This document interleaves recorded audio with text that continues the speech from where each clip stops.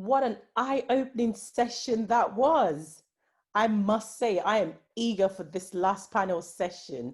And of course, this is where we move from theory to practical and indeed gain the resources required to turn our waste into wealth.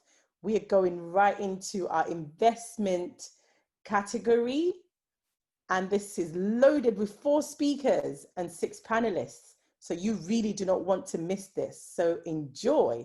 But of course, do not forget, you must join Slido. You must sign into Slido to join the Q&A session. Thank you all.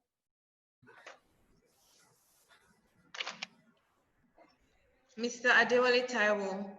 Mr. Adewole Taiwo Adegbola is a holder of BSc 1999 and MSc 2004 in Geography and Environmental Resources Management, respectively, from the Lagos State University, Nigeria.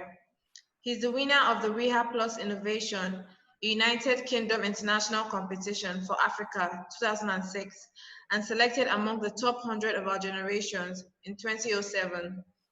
Top 40 under 40 in Africa, 2010 an independent environmentalist, young prompter of sustainable environment and YVE technical partner. 2014, Icon of Excellence Award, National Association of Polytechnics Student Nigeria. He hosted the 2007 World Environment Day in Nigeria, co-sponsored by the Lagos State Ministry of Environment. One of the 115 young African leaders that met with the US President Barack Obama at the White House in Washington, D.C. between August 3rd to 5th, 2010. A renowned environmental consultant with several years of broad-range experience in the industry. He is presently the Chief Executive Officer of Taiwo Adewole and Associates Limited. Executive Director, Recycle Point Nigeria, Executive Director, Waste Aid Nigeria, Executive Director, Sustainable Waste Recycling Community of Nigeria, and a consultant to Rich Flood International Limited, Executive Director with International Promotion of Youth, Ltd, GTE, Country Coordinator, Net Impact International, Nigerian Chapter. He was a chapter contributor in the book Wastenomics, Towards Sustainable Waste Management Practices and Education for Sustainable Development in Nigeria, published by Middlesex University Press, United Kingdom. He is presently a consultant to Amodofi Local Government, SDG Unit on Environmental Sustainability, a senior special assistant on international and environmental matters. He was recently appointed as the Africa Regional Director for Emerging Consulting International Austria, and wrote the only African paper presented at the first Bahrain Zero Waste Conference, which took place in November 2011 at Bahrain, Towards Sustainable Waste Management in an Emerging Megacity, a case study of Lagos State, Nigeria, Sub-Saharan Africa. Thank you. Good morning, all. I'll be speaking to you today on a topic called Wastenomics. And what is Wastenomics? That is turning waste liability into asset. Since the theme of this conference is talking about recycling to waste, but because most people see waste as a problem, most people see waste as liability. But at the end of this presentation, we are going to find out that waste is not a liability, but an asset. And I'm also thanking the organizer of this event, DPR and Century Group, for giving me the opportunity to make this presentation. So let me just go straight to the point. The outline, we'll be looking at introduction, the key issue involved, municipal solid waste, what are the composition of these waste. Then we look at some special waste, like the hospital waste, hazardous waste, e-waste.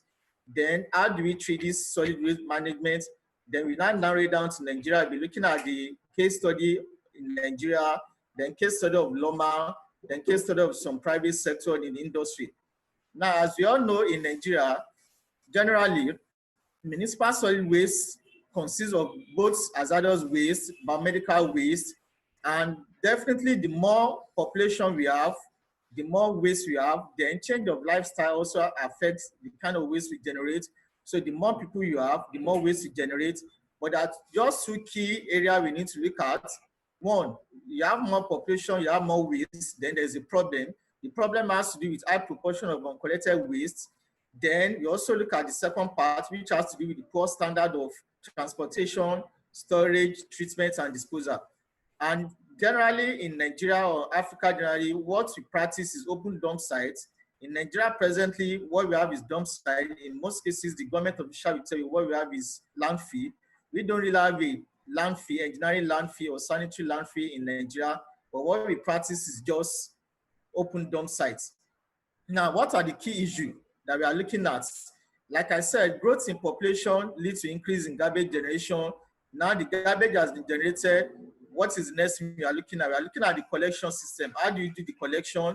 Then after collection, we also look at the processing. Because once you collect these waste, which one is going to the dump site, which one is going for composting, which one is going for recycling. Then after that, we also look at the infrastructure. Do we really have infrastructure to manage this disposal and processing? Then after that, the last stage has to do with collection of data, because you need to get data. What is the volume of waste generated on a daily basis? What is the volume recovered and so on? So there's a need to develop information collection and processing system. Now, as we all know, like I said, municipal solid waste is everywhere.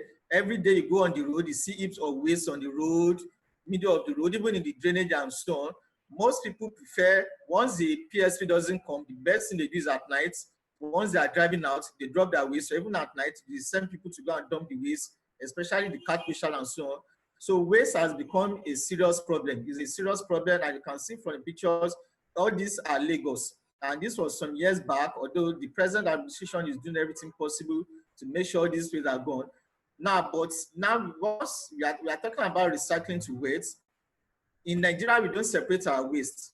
Unlike the developed country whereby they separate our waste, they'll be able to say, okay, this is the proportion going for recycling, this is the proportion going to the landfill, this is the proportion going for other processing and so on, the MRF and so on. But in Nigeria, since we don't separate our waste, you need to look at the composition of the waste. On a general day, if you look at your dustbin, it's either you have paper, you have plastic, you have glass, you have kitchen waste and so on.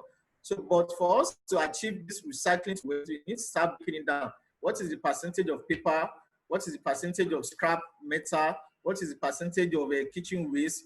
What is the percentage of soil and other stuff? So by the time you're able to separate or identify what you have in your dustbin, then you're not looking at, oh, let's create weight from what we're able to sort. And like I said earlier on, we have different types of waste, most especially the hospital waste. Now we are talking of the COVID. There has been a lot of waste generated in this area, even at domestic level. Most of us make use of the disposable nose mask and face mask, and at the end of the day, it ends up in the general dustbin. These are regarded as hospital waste, but most people don't see it as that.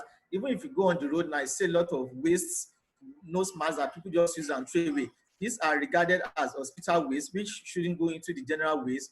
Then we also talk of the hazardous waste, like chemicals, your fluorescent tube, they are all hazardous waste. Even your fleet you use at home, by the time you finish using the fleet, those cans, your gas cylinder and so on, that is expired on, they are all hazardous waste that shouldn't be in your general waste. Then we also have the e-waste, electronics waste. You have your telephone, you have your TV, you have your laptop. Now Africa, Nigeria, and Ghana especially are now becoming a dump site for e-waste, all in the name of donation. We have some computers, we have some electronics we want to donate to schools or organizations in Africa. By the end of the day, once the container arrive in Nigeria, I find out that most of these electronics are not working anymore, which means Nigeria is now turning to a dumping ground. But with this issue of recycling, now we now have people that handle electronic waste, whereby they're able to remove the valuable parts instead of just dumping them or setting them on fire. Now, driving down to recycling to waste, you need policy to back this up. And luckily, last 2 months, the president has been able to sign the waste management regulation. The waste management policy has been signed into law.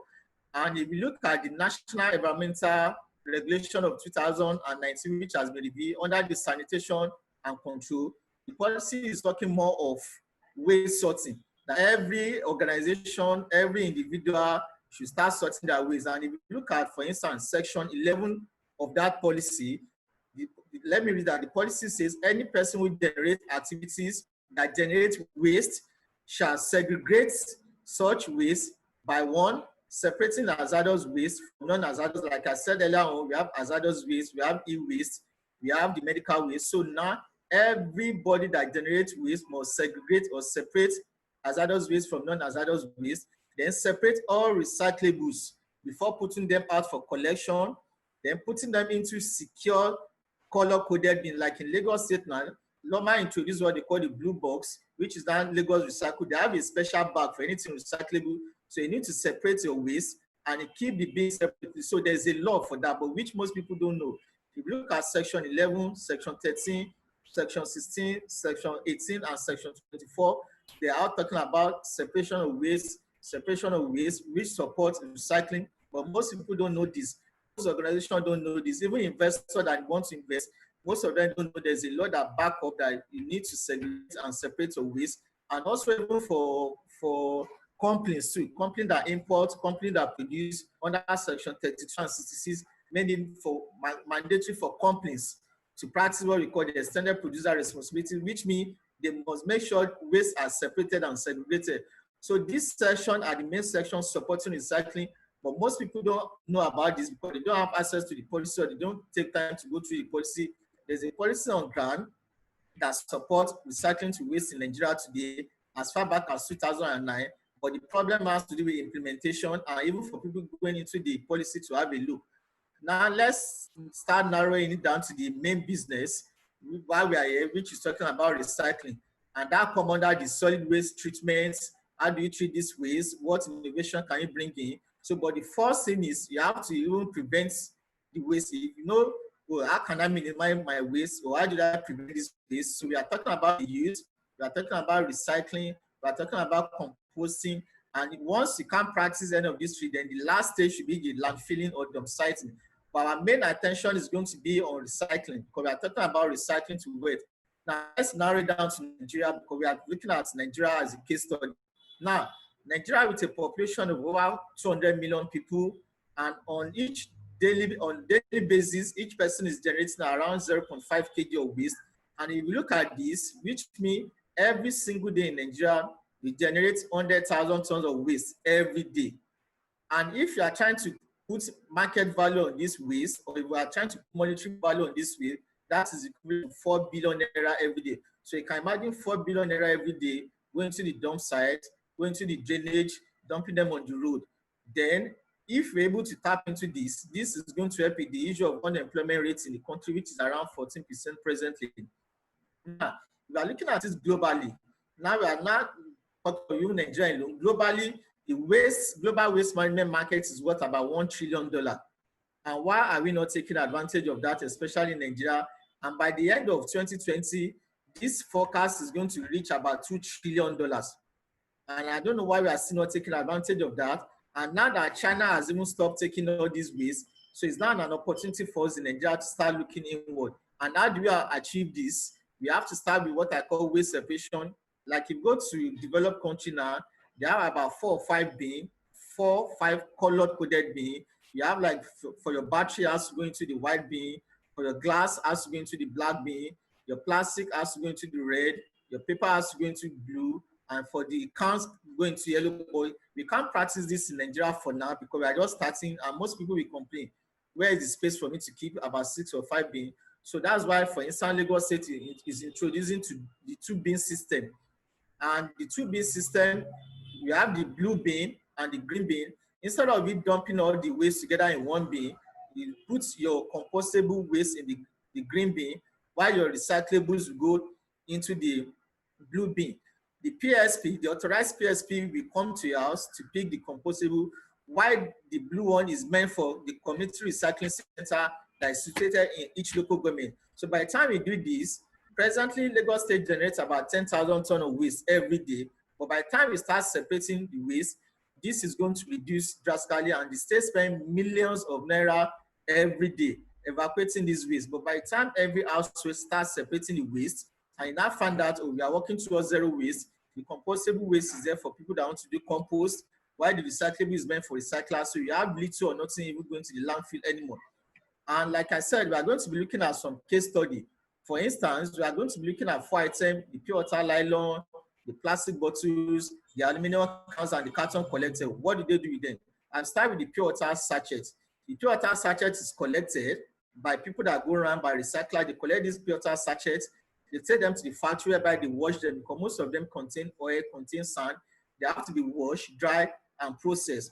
And they are processed into what is called pellets. And these are the pellets, as you can see from the picture. What did they do with these pellets at the end of the day? We have technology, we have locally fabricated machines and imported machine that these pellets are used in producing these bags. And these are the bags we use in disposing our waste. On a normal day, you go to the market and buy these bags for 400, 500 in most cases. But these are the bags that is produced from the pure water nylon you drink and throw away, which most people don't know.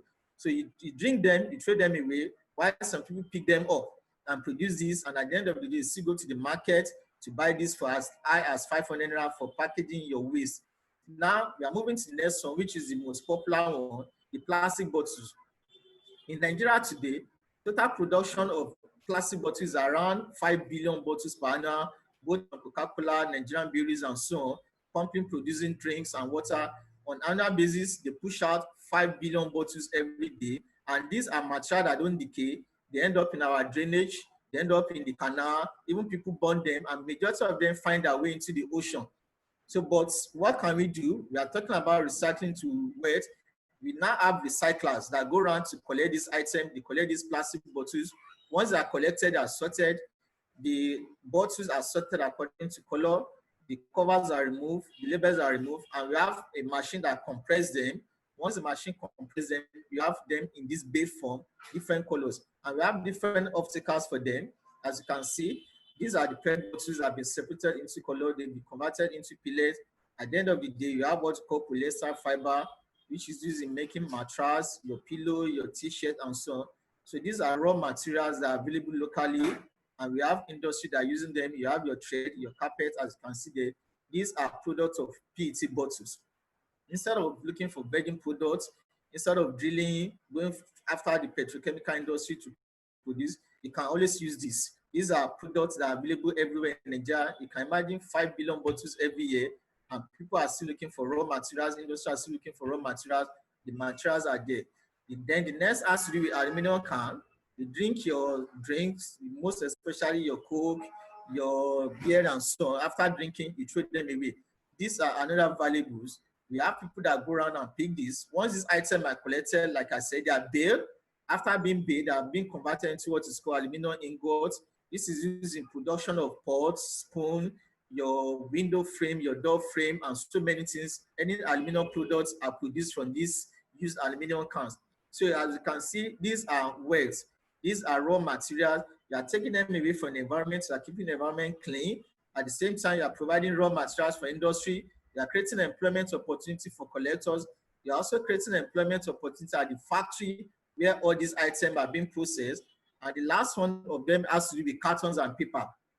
You buy your laptop, you buy your TV. After taking out the item, the next thing is just dispose of your carton, even your phone, your food item like your Indomie, especially during the COVID period. A lot of donations were going out in cartons. Immediately people take out the item, the next thing is they throw away the carton, they return the moment. Now these cartons are also collected and baled and take to company that convert them to another to produce craft or produce another carton, or in most cases they go to Jeba paper mill where they're being used for paper. And if you look at most of the cartons now, under the cartons, if you're very observant to see recycle. So they are telling you this carton is recycled from old cartons. So you can see there's nothing like waste. And I keep on telling people, waste are resources in the wrong place. The wrong place such as the landfill, the wrong place such as the canal, the wrong place such as the water bodies and so on. And now let's narrow it down, because we have been talking, let's see some examples already. You have companies in Nigeria such as Recycle Points, Recycler, and others so on all over Nigeria that have started tapping into this opportunity. They've started converting this recycling to it. And you can see the general thing has to do with waste. And I'll show you a very good example. In most cases, if not for the COVID, every weekend, people do parties. And after the party, what do you see? After clearing away the furniture and so on, the tables and the chairs, the waste are left behind. This is a particular school where they did a party, and after the party, Recycle Point was called on board to come and do the clearing, and you can see what is cleared. Just from a single party, you can see the volume of plastic and cans that was cleared from a single. So you can imagine having such of this venue, like 5 venue every weekend in a year, in a month. Look at the volume that's going to be recovered. These are still the items. You need a lot of logistics to move that. And apart from that, we even have individuals now. You see people going from most of this fast food, most of these mama puts now, they drive their personal car there. Please, oh, we need your bottle, we need your car. Even some go to their friends for parties. At the end of the parties, you can see this particular man unloading everything into the boot of his car, and people will be wondering, what is he doing with it? And we also have people out there that go around. Even you have young people now, because there are so many initiatives now, waste for food, waste for school fees, and so on. You see people within their neighborhood trying to help their parents, going around and getting these items because they know there's value attached to it.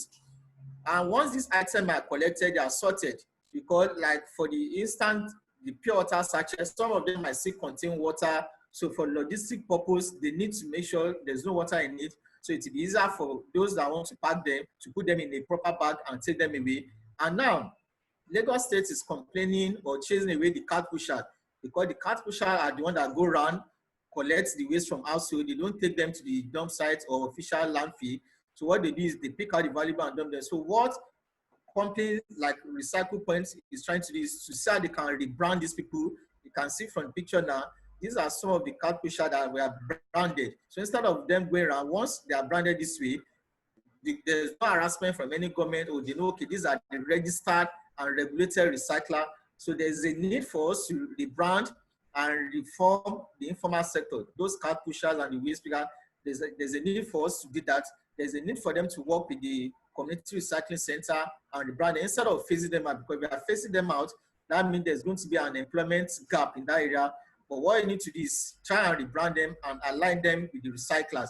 And you can see volumes, like I told you, 5 billion bottles every year. Imagine all these plastic bottles in the drainage or finding their way into the ocean. And now we are talking of microplastic. A lot of fishes now contain microplastic. And anytime you train in Lagos, because Lagos is below sea level, once this get into the drainage, they don't decay for the next 100 years. This will continue to block the drainage. So, but what we're able to do is able to extract all this from household and from so on. And once they are extracted, like I told you, they need to be sorted according to color. Then when they are sorted, they are bailed. After being bailed, they'll be sent to companies that now convert them to those items I showed earlier on. And now we have what they call the MRF, that's Material Recovery Facility. Now we have introduction of machine. Instead of using hand now to do sorting, we even have machine now that do the sorting, machine whereby you separate the metal, even machine that has sensor that detects colors and so on. So these are technology being on board. And we have this already in Lagos State. We have this at Solus, the MRA, whereby the machine will do sorting. And with this, you'll be able to do hundreds of tons every day compared to when you are using manual to do that. And these are examples of what is being produced from the material recovery facility. And now the question is, once all these items are separated, there's a market for them. Like your tissue, your paper is being converted into tissue paper. We have companies that take that. Your plastic bottle, there are companies that collect them, about 4 or 5 companies in Nigeria today that collect them, convert them to pet strap, they convert them to polyester fiber. The same thing with your aluminum can. There are so many companies in Lagos today that take up the aluminum can. Your glass bottle, we have companies that take that out to you in Nigeria. Your cartons, your pure water sachet, and so on. So there's always a off-taker. There's no excuse that, I've collected all these items, nobody is taking it. There are always off-taker for every single recyclable item. Now, coming to corporate bodies, how the corporate body comes in, you can see a very good example here. This is a branded collection center done by Coca-Cola. Then we also have some done by the Dow Chemical and so on. We have so many companies now that are not trying to see how can we brand it. So you can see in most organized estates, you can have something like this, where branded, that is easier for people to go there, or they see different color. This is red, this is blue, this is green, to know where they can drop this item.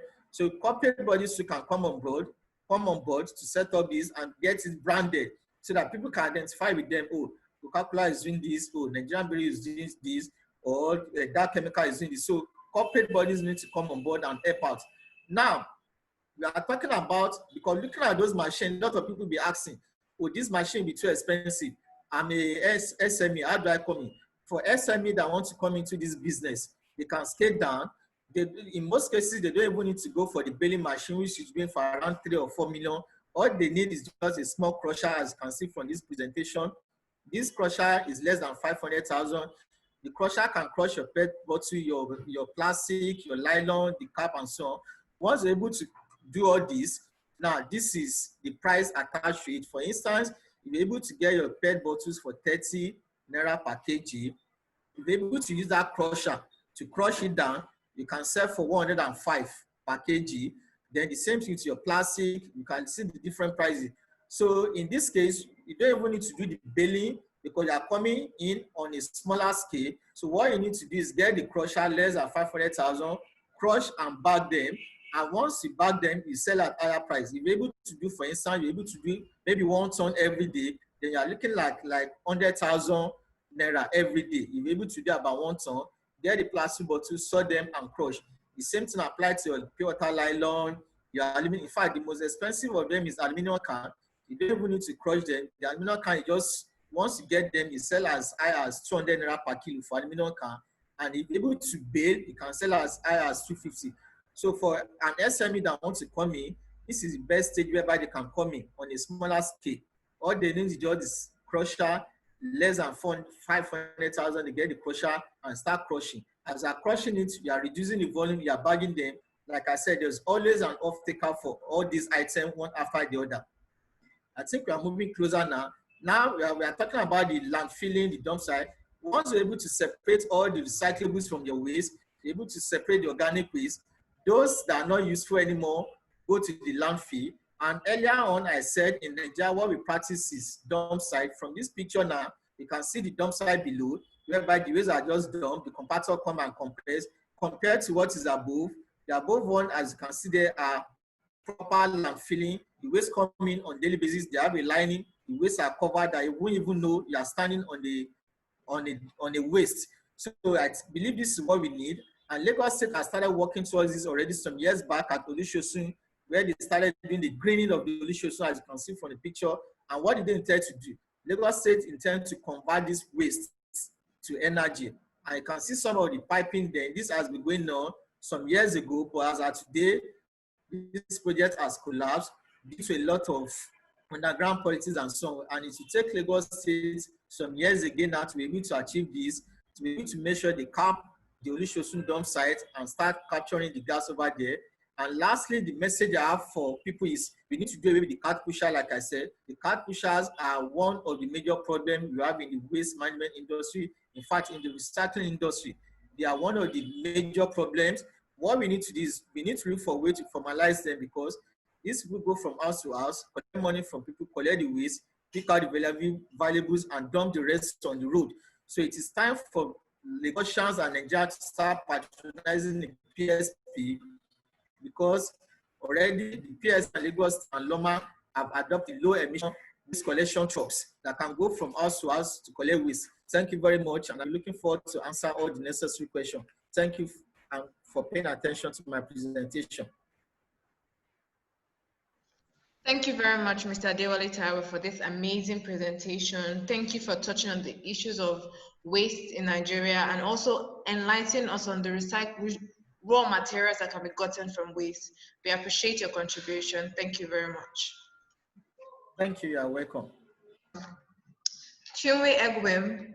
Chinwe Egwim is a professional economist with over 500 published economic notes, primarily geared towards development and microeconomics. She is a senior economist at FBN Quest Merchant Bank, an arm of FBN Holdings, one of the largest banking and financial services organizations in Africa. Chinwe was appointed as a national consultant by the United Nations Economic Commission for Africa to lead the Services Trade Project, which is partly driven by the United Nations Conference on Trade and Development. Her contributions have also supported high-level committees within development agencies like the World Bank. She is an active member of the Africa Development Bank annual meetings and currently sits as a board member committee on research at the Nigerian Economic Summit Group, Nigeria's foremost think tank. She is a highly sought-after thought leader and has spoken as well as delivered keynote speeches on several reputable platforms. Her TEDx talk on equipping the female economy has contributed to conversations around lifting women. On print media, her views around economic trends are featured across multiple media platforms. Her article on the African Continental Free Trade Area and women was published by the World Economic Forum. She is regularly pulled in to give expert advice around global and domestic economic trends on news channels such as CNBC, Africa, and the BBC. Chinwe authored a book titled Understanding Economic Jargon. The book uses a simple approach to break down how economic indicators and the investment climate react to economic shocks and upswings. It has garnered interest from global and national leaders and has ranked as a bestseller on Amazon. She's an advocate for women empowerment and an associate of Women in Management, Business and Public Service, WIMBIS, where she served as a head of fundraising and is currently the head of research. Chinwe holds a master's degree in financial economics from Kingston University, London, a BSc in economics from Kwame Nkrumah University, Kumasi, Ghana, and is an alumna of the European School of Economics. Chinwe is a mentor to several young professionals and serves as a resource person for initiatives focused on molding Africa's emerging leaders. Thank you. Thank you so much for that. Many thanks to the HSE Summit for the invitation to speak. I have enjoyed exploring deeper the linkages with economics and health, safety, and the environment. And of course, the latter covers to a large extent the theme of today's summit, which is recycling for well. So let me get to it. Economics and occupational safety and health. Although occupational injury and illness are matters of health, they are also matters of economics, since they stem from work, and work is an economic activity. The economic perspective on occupational safety and health, OSH, encompasses both causes and consequences. The role of OSH is financial costs and benefits in business management is an important aspect of economic analysis. Now, broadly speaking, there are three general purposes that economics can serve for OSH. First, identifying and measuring the economic cost of occupational injury and disease can motivate the public to take these problems more seriously. This is true at all levels, from the enterprise that may only dimly be aware of the toll that worker ill health takes on its performance, to national governments that may not realize the impact of OSH problems on economic growth and development. Second, understanding the connections between the way firms and markets function and types of OSH problems that arise is crucial for the success of public policies. Now, why are conditions better in some sectors or regions than others? And why are particular groups of workers at greater risk? What is the likely effect of changes in social insurance coverage, government regulation, or new international patterns of trade and investment? As the pace of economic change picks up throughout the world, these questions need to be addressed on a continuing basis. Finally, as important as the protection of worker health and well-being is, it is not the only objective of modern society. Economic analysis can help show when safeguarding working conditions is complementary to other social goals, and it can also highlight the trade-offs when it is not. Clearly, to the extent that there are trade-offs, they do not go away if we refuse to measure them. Now, let me touch upon economics and the environment with Nigeria in focus. The environmental sciences have documented large and worrisome changes in Earth systems, from climate change and loss of biodiversity to changes in hydrological and nutrient cycles, as well as depletion of natural resources. These global environmental changes have potentially large negative consequences for future human well-being and raise questions around whether global civilization is on a sustainable path or is consuming too much, in parentheses, by depleting vital natural capital. The increased scale of economic activity and the consequent increasing impacts on the planet arises from both major demographic changes, including population growth, shifts in age structure, urbanization, redistributions through migration, and rising per capita income, as well as shifts in consumption patterns. So what are the environmental impacts of economic development in Nigeria? I will mention a few. Oil spills have destroyed aquatic ecosystems, and burning gases associated with oil extraction have caused considerable oil or air pollution. Tin mining has caused soil erosion and has polluted water supplies. Toxic chemical discharge into drains and open sewers in cities such as Lagos and Kano. The widespread emission of poisonous gases that affect the health of local people and contribute to climate change. Inadequate sanitation and increased domestic and industrial waste have caused water courses to become polluted. Urban growth has also led to rapid increase in the amount of traffic, leading to increased air pollution and greenhouse gas emissions. For those of you in Lagos, I'm sure you can relate to what I just said. Since March this year, there has been a disruption to economic activity globally, triggered by the ongoing COVID-19 pandemic. And as such, I will briefly touch upon the implications of COVID-19 on the environment. Air quality has improved significantly across countries due to the implementation of strict movement restrictions across countries. These actions generated changes in air pollution. There are now beaches. Beaches are one of the most important natural capital assets found in coastal areas. However, responsible use by individuals has resulted in pollution problems for most beaches. The absence of tourists as a result of social distancing measures due to the coronavirus pandemic has caused a notable change in the appearance of many beaches globally. There has also been a reduction in the environmental noise level. The transit of engine vehicles and melodies at high volume have reduced. The imposition of quarantine measures by most governments resulted in people staying at home. With this, the use of private and public transportation decreased significantly. These changes caused noise levels to decline considerably in most cities. Now, a negative is increased waste.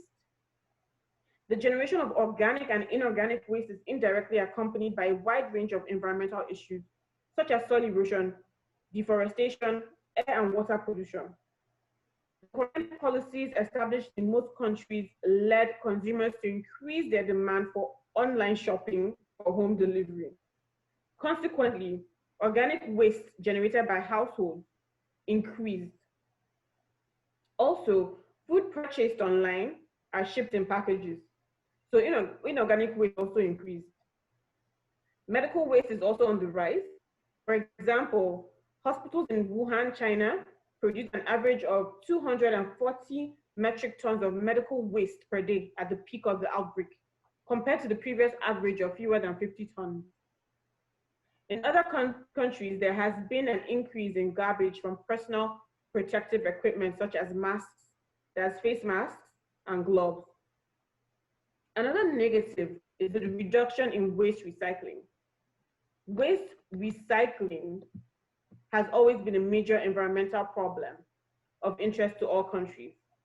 Recycling is a common and effective way to prevent pollution, save energy, conserve natural resources as well.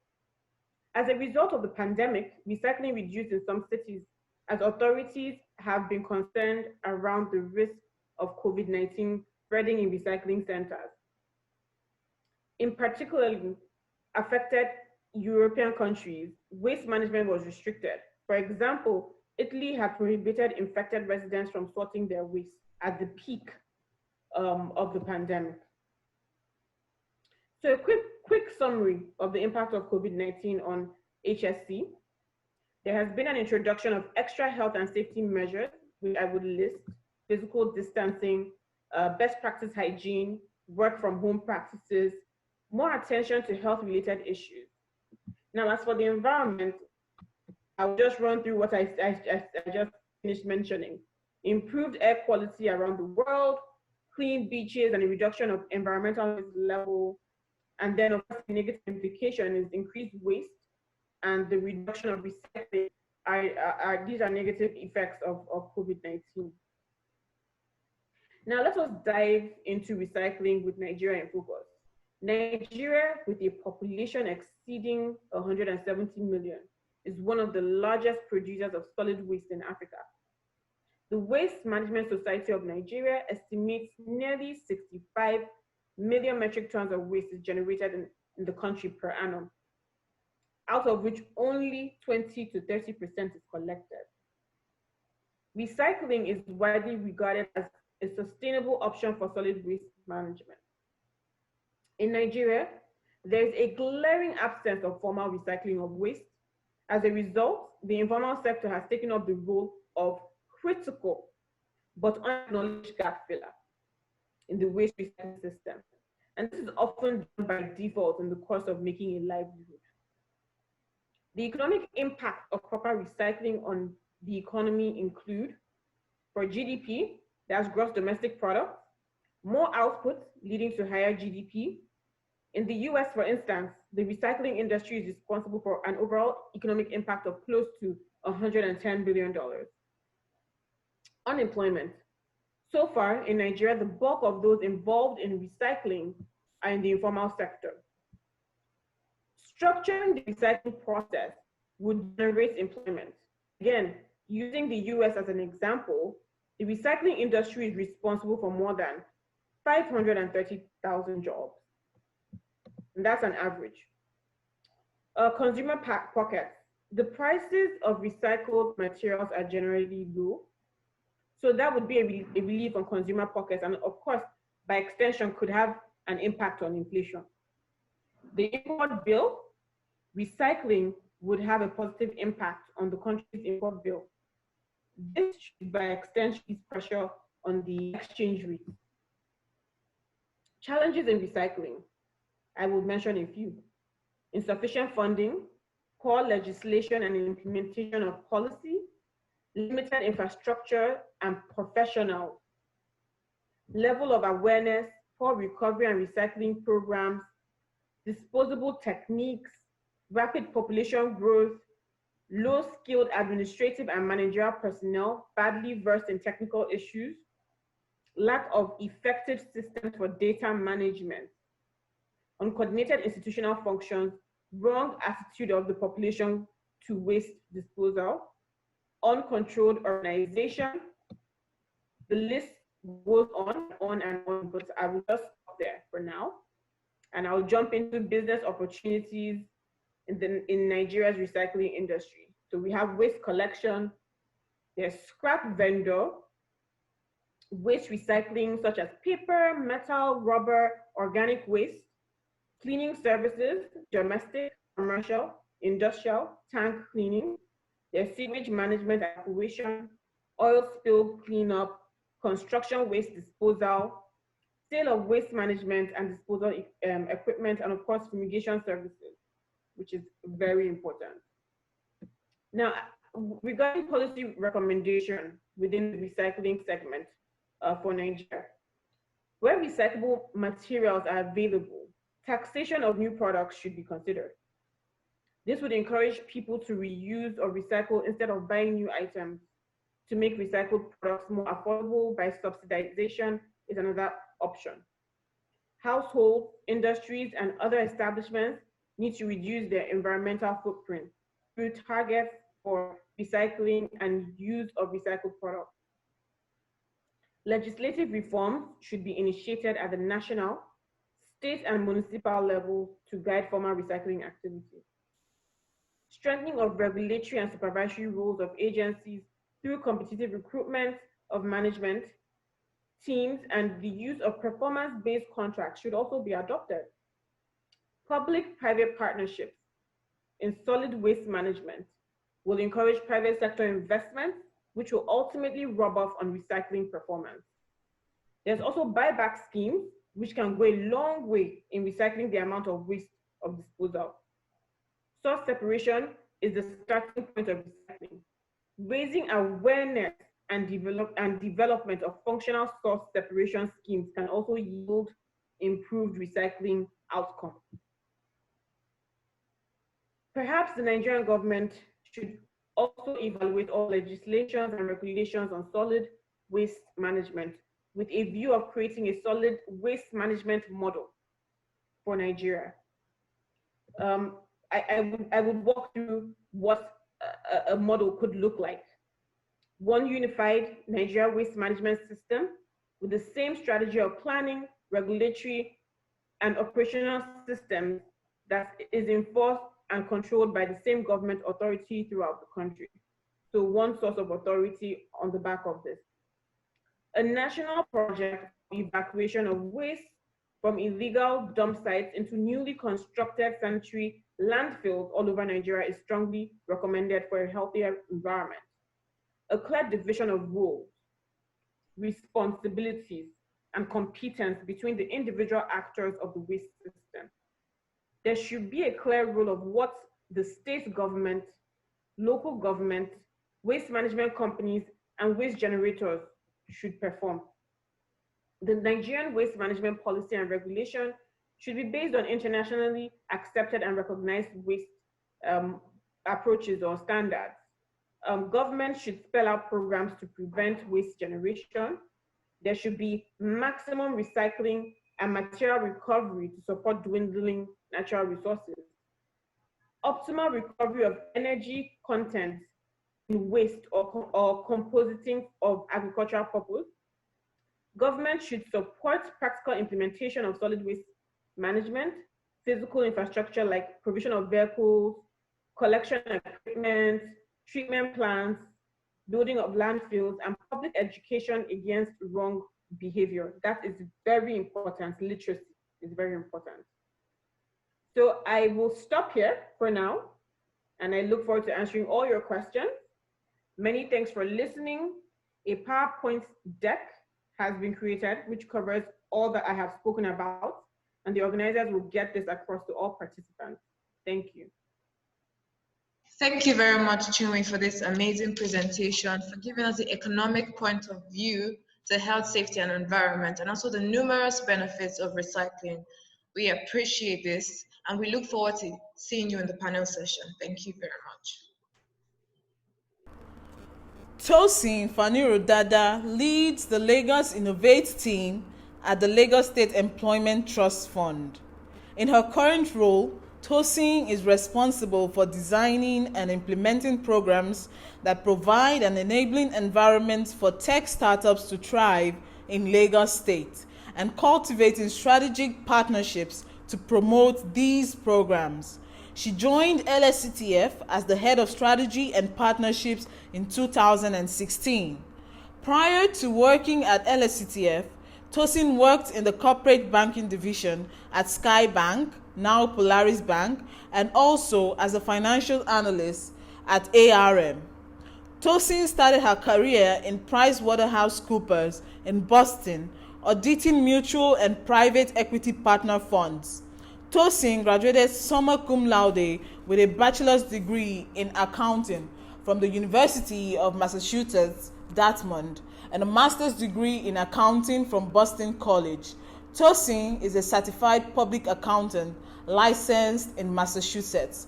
Please welcome Tosin Faniro-Dada.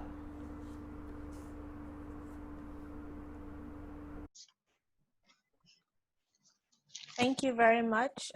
Thank you for having me here. It is an honor to be here and to be participating at the Health, Safety and Environment Summit. So let's get right into it. I'm here to talk to you about the Lagos State Employment Trust Fund, which is where I currently work, as they have said, and I lead the Lagos Innovates program. All right, so for people who have never heard of LSETF, the Lagos State Employment Trust Fund, it is an agency of the Lagos State government that was set up with a very clear mandate to tackle the unemployment challenge in Lagos State. It was also set up for job and wealth creation for Lagos State residents. So think MSMEs, think unemployed and underemployed people, and also supporting the innovation ecosystem. I thought it would be good to let you see our targets and why we go to the office every day and maybe sometimes sleep there. So like I said, our mandate is to reduce unemployment and poverty in Lagos State. In terms of the number of jobs that we're supposed to create, our target is to create at least 217,000 direct and indirect jobs by 2024. We also have a target to support at least 99,000 micro, small, and medium enterprises by 2024. We also have a target to add over 253,000 new taxpayers to the tax register by 2024, and also ensure that 50% of our funding is coming from private and international institutions. You would also see how far we've been doing since inception. I've started operations in 2016, October 2016. So we've been around for almost 4 years now. All right, so let's get into startup. And this is where we go training and have solid business ideas. So for example, if you've done some training if you're a hairstylist, for example, and you've been doing training or any sort of vocational training, and you would like some funding to buy equipment to start your business, you can access up to 250,000 Naira from the Lagos State Employment Trust Fund. Our next category is called micro enterprise, and this is for existing micro enterprise businesses. Existing micro enterprise businesses can access up to 500,000 Naira for 1 year from the Lagos State Employment Trust Fund. And our last category is for small and medium enterprises, and they can access up to 5 million Naira for 3 years from LSETF. I think it's also very important to note that LSETF is sort of a social fund. And what that means is when we talk about our loan program, for instance, we don't ask for physical collateral, which is what you're used to in traditional banks. So yes, 1, interest rates are high in traditional banks. 2, they also ask you for collateral. At LSETF, we ask for social collateral. And what that means is all you need is one of the things that you need, not all you need. One of the things that you need is a guarantor. So for example, if you're applying for the micro loans, you would need 1 guarantor. If you're applying for the SME loans, you would need 2 guarantors. So that's what we call social collateral. Currently, our interest rate is 5% per annum for businesses across all categories. In terms of sectors, we're currently sector agnostic in terms of loans that we've given in the past. I thought it would be good to also highlight our achievements so far. So since October 2016 to date, we have supported 11,425 micro, small, and medium businesses. 51% of our beneficiaries are women, and we're very proud of that. We actually also have a mandate to ensure that 50%, at least 50% of our beneficiaries are women. In terms of the value of the loan disbursed to these 11,425 people, we have disbursed approximately 7.37 billion Naira. Our next program is our employability program. And this is where we train people, we train unemployed or underemployed people and place them in jobs. Our first program with the employability program was in partnership with UNDP. And based off the success of that program, we then partnered with GIZ as well, and currently USADF. The main aim of this project is to increase the pool of manpower and to alleviate the acute shortages of employable labor in Lagos State. In terms of the sector that we train for, we train in construction, healthcare, manufacturing, entertainment, hospitality and tourism, garment making, agriculture, transport, and logistics. And one of the good things about our employability program is we wouldn't train if there is no demand. So one of the first things that we would do if we're going into a program is to do some sort of industry engagements, to really interact and engage with the industry, to find out where the gaps are, find out where the challenges are, try and get some sort of intent or offtake from the private sector to ensure that when we do train people, these private companies are off-taking them from us. In terms of numbers, or achievements, we have trained 5,573 people, trained and certified to date. We have placed 2,842 people, so 2,842 of the people trained in jobs, or some of them have become self-employed. And in terms of the percentage of women, 49% of the 5,573 trained people have been women.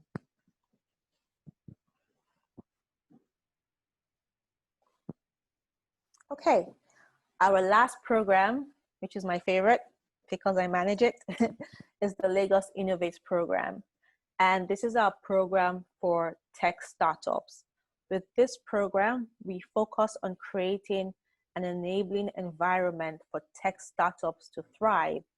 Now, in terms of how we do this, we have a bunch of programs that address certain challenges.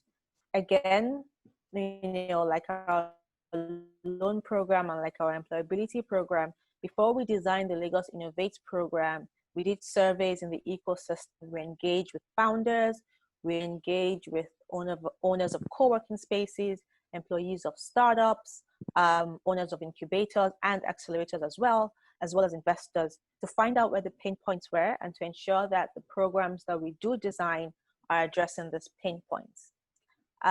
So obviously, in terms of the pain points that we all know, which is infrastructure, that was quite evident in the survey. Talent was evident as well, mentorship and capital. We then designed programs to address these challenges, and these are all the programs that you're seeing under initiatives here. We have a workspace voucher program, which gives founders vouchers to go to any of our partner co-working spaces in the state and use these co-working spaces. And at the end of the month, LSETF will then pay the co-working spaces directly. We have 3 workspace voucher categories, from ideation to MVP to startups who have achieved market traction, have teams, and now need an office. We provide vouchers from 3 months to 12 months, depending on the stage of your business. We have a hub loan program for co-working spaces, because we do recognize that the workspace voucher program is helping push demand for co-working spaces. However, in terms of supply, the co-working spaces also need support to be able to expand or open new locations. With the hub loan program, co-working spaces can access up to 50 million naira for 4 years for expansion or to open a new location. We sponsor events in the ecosystem. We match make founders in the ecosystem as well. We match make founders to government, to investors, or to corporates.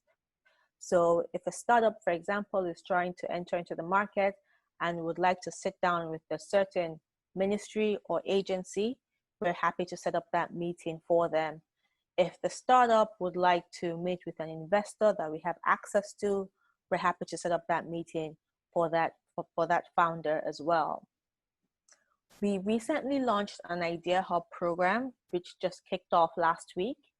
And this is an incubation program that takes 20 businesses through an intense 3 months incubation period, matchmakes them with mentors, and helps them build their business. So if the business is at ideation, the program will help you reach MVP. If the business is at MVP, then the program will help you think about plans of growing and scaling. We also have a talent development program in partnership with Honeywell Group, where we train people in tech skills and place them in jobs. We recently finished the first batch of that program, where we trained 18 people, and 50% of them have been placed in jobs or are freelancing. We closed the application process for the second batch, and we received over 1,000 applications, and we're currently trying to get through the evaluation of those applications. In terms of our target is to support 1,346 startups within a 3-year period. In terms of our achievements, we have issued 127 workspace vouchers, that is to founders, to use any of our co-working spaces, our partner co-working spaces. 23% of the total vouchers issued were to women. We're still doing a lot of work, awareness, and being intentional about raising that number up. We have provided 1 hub loan to a co-working space in Yaba for them to open a new location. We organized 2 hackathons in collaboration with FCMB and Visa, and we have sponsored over 25 events in the ecosystem so far.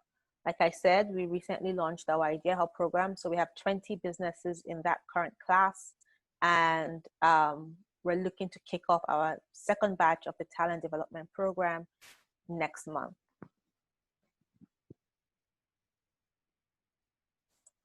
So these are just more numbers. I've talked about some of these numbers already, but the only number here that I haven't highlighted is our contribution to the number of direct and indirect jobs.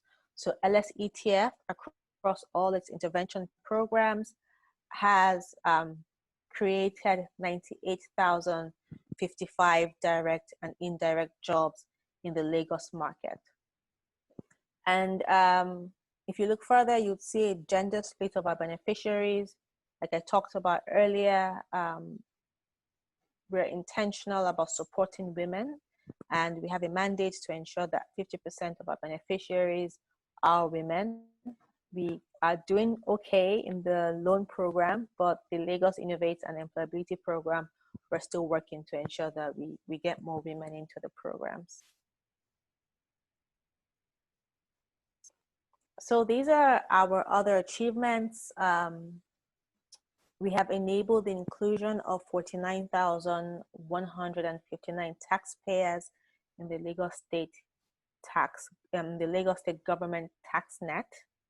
70% of the beneficiaries of our loan beneficiaries have hired at least 1 person. And of the total number of MSMEs funded by us under our loan program, 89% have been able to pay back loans solely from their business income and profits.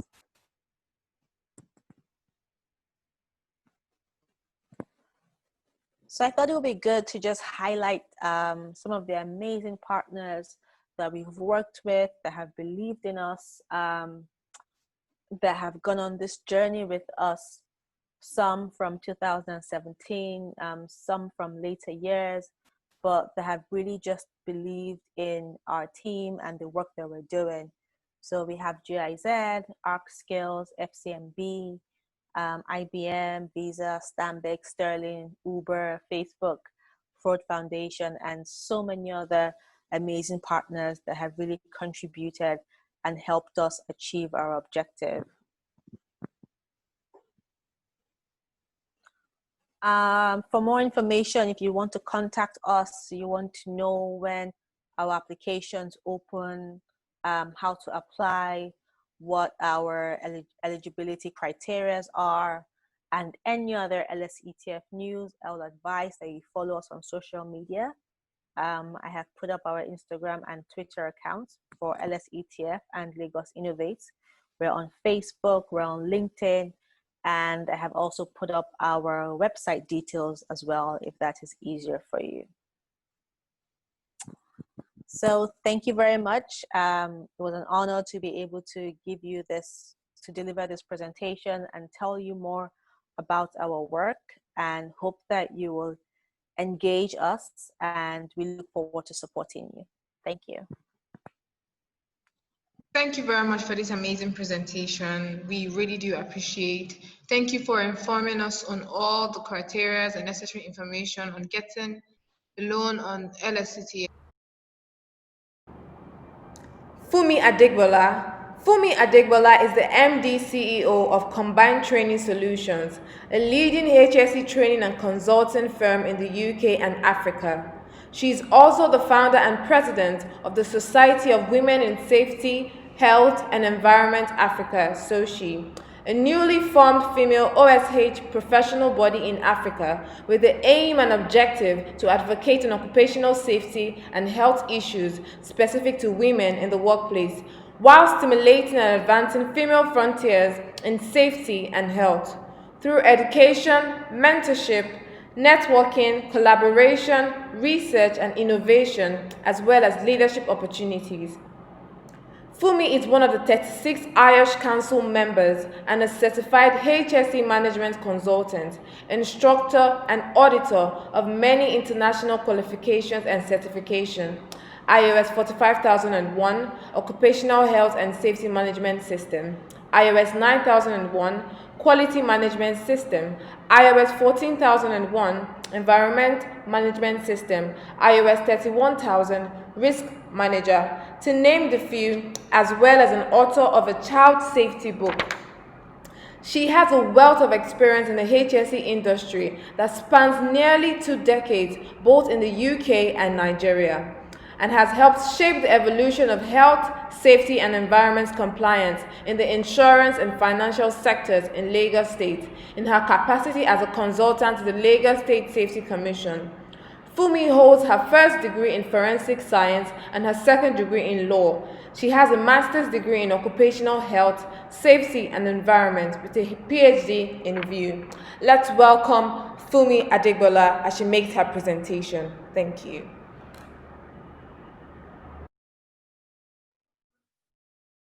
Good afternoon, ladies and gentlemen, and a big thank you to the organizers for the opportunity to be able to deliver a paper on such a passionate and interesting topic for me regarding this theme, which is bridging the HSE knowledge gap in waste management through training. And once again, my name is Funmi Adegbola, and I hope we're able to take 1 or 2 things away on the importance of HSE training when it comes to waste management.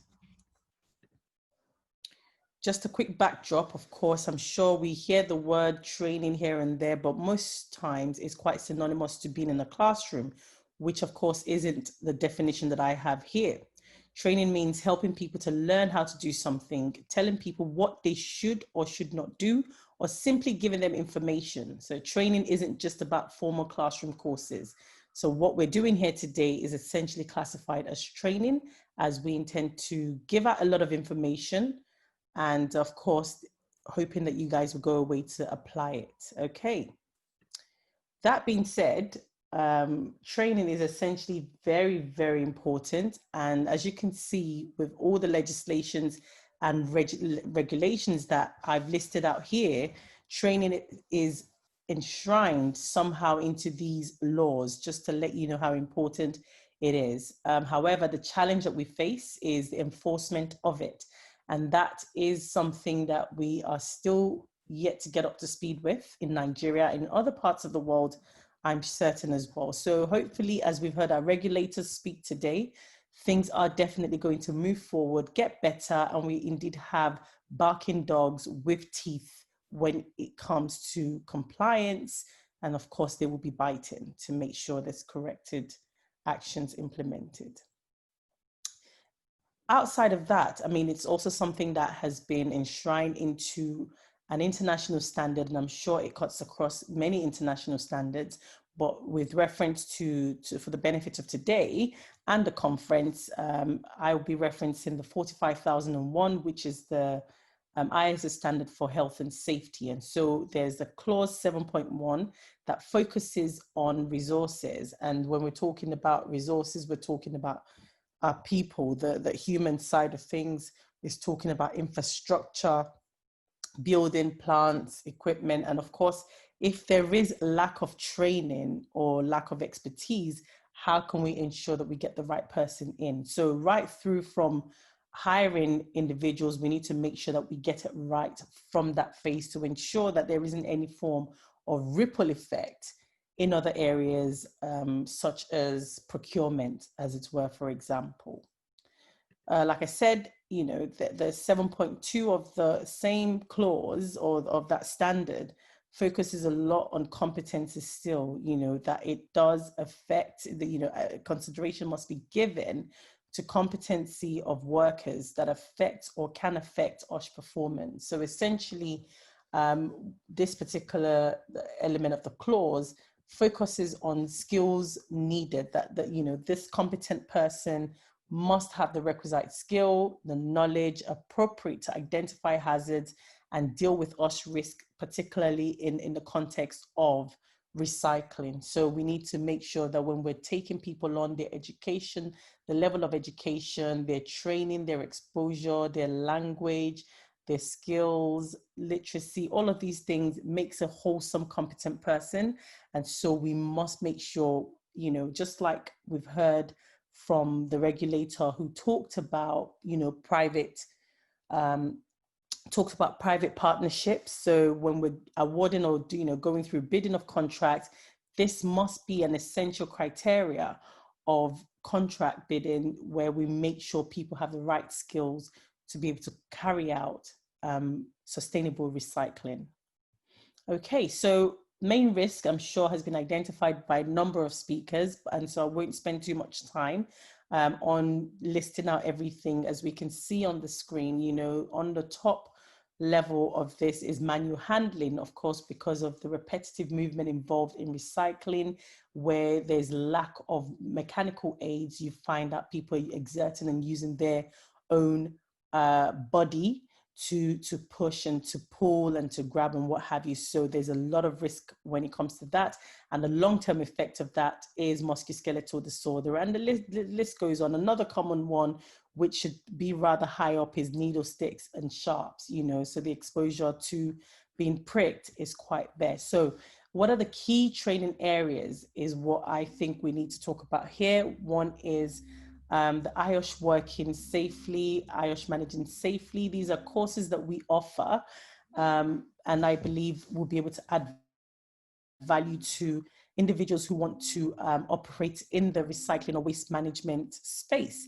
Work at height, risk assessment, again, the ability to be able to identify risk, and not just identify risk alone, but of course put control measures in place to mitigate this risk. We're talking about asbestos awareness. That's another one that is a good one, because when we're doing collections or the recyclers go out to do collections, sorting or what have you, they need to be able to identify asbestos, because exposures to these fibers can cause a long-term issue. Noise awareness, and the list goes on. So these are a number of courses that we offer as an organization, and those who are interested in operating in this space, this is strongly recommended for them to take on. So the question is, what is the way forward? And I'm sure you're wondering, why do we have children here?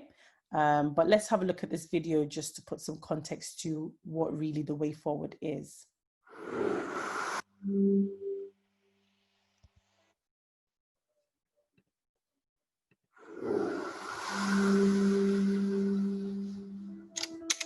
This little boy resides in Phnom Penh, the capital of Cambodia and the wealthiest, largest city in the country.